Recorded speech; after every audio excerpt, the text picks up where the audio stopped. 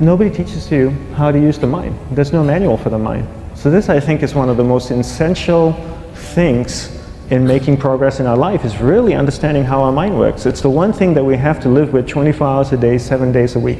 We have no choice. Imagine if most of you slept 8 hours a day, which most of you don't. You slept and you were awake 16 hours a day. In the 16 hours you practice your awareness just randomly moving from one thing to another, to another, to another, all day practice being distracted. What would you be good at after 6 months? You did the 16 hours a day, you just allow your awareness to jump from one thing to another to another. I'll tweet right now, I'll switch to text messaging, then I'll go to email, oh my phone's ringing, so I'll answer the phone, and then somebody's speaking to me, so I'll have 2 conversations at one time. And I'll just do this 16 hours a day, 7 days a week. So you get it being good at distracted. After 1 year, you're an expert at being distracted. After a year and a half, they'll invite you to give keynote talks on being distracted. You're so good, you practice 16 hours a day. So the same works for the opposite. If you practice being concentrated 16 hours a day, what would you become good at? You become good at concentrating. And all it takes is practice. By just doing one thing at a time. Keeping your awareness on one thing at a time. And you integrate this into everything that you do in your life. So the best way to do it is pick a few opportunities in your everyday life. For example, we all speak with people.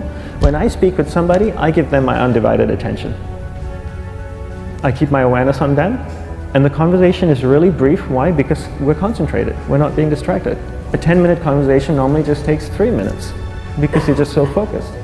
I define concentration as the ability to keep that awareness on one thing for a prolonged period of time. So if I can keep my awareness on Eric and not drift away and think about the wedding, or drift away and think about the vacation, or what I'm going to do later, then I'm concentrating on Eric. Every time it drifts away, I bring it back.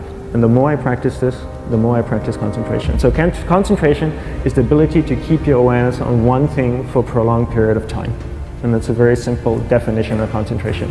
How do you get better at concentration? You practice this. You practice this 24 hours a day, 7 days a week. And it's the only way to get good at it. And what's the best way to practice it? The best way to practice it is to integrate it into everything that you do in your life. Not to meditate 10 minutes in the morning.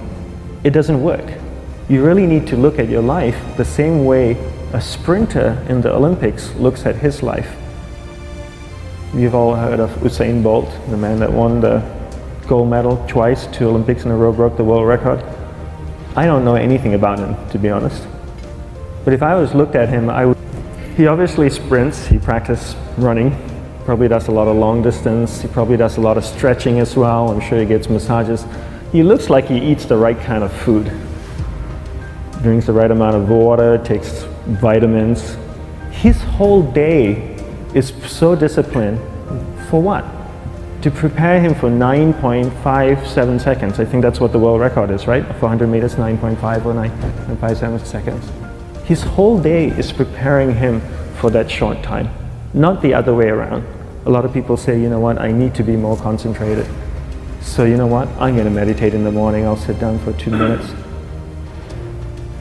Okay, now I'm Zen master. And the remaining 23 hours and 58 minutes, they just go about being ordinary and crazy. How does that work? How would you change? It's not balanced at all. So if for 23 hours and 58 minutes you were not being concentrated, you allowed your awareness to jump from one thing in your mind to another thing, to another thing, to another thing, to another thing, in an uncontrolled way, what would you be good at?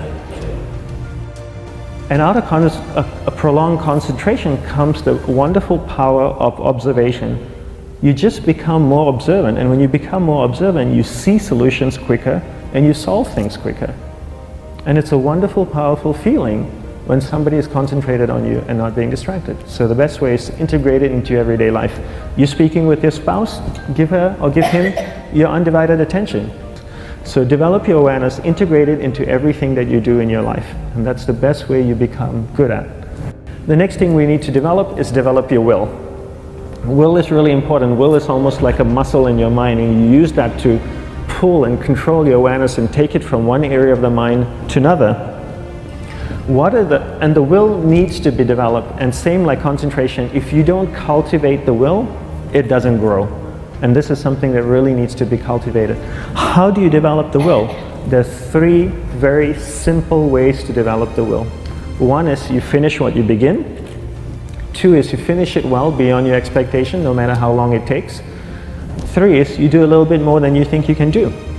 All of those things require effort, and effort is will. It's so much easier to start a project than to finish a project, right?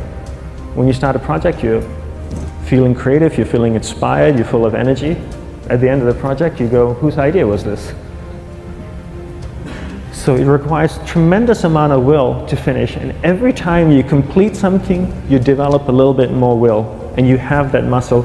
And will is an amazing thing to develop, because once you develop will, that same will you can use in every aspect of your life to keep your awareness on one thing at a time, to finish projects, to see things through to the end, anything you want. The best way to develop will, bring it into your everyday life, into everything that you do. Give you an example, the way I integrate it into my everyday life, I try and finish what I begin. So for example, going to sleep. I sleep every night, so I put on my pajamas, I floss, I brush my teeth, I go to bed, I sleep, I wake up in the morning, I make the bed. Why? Because I'm finishing what I start.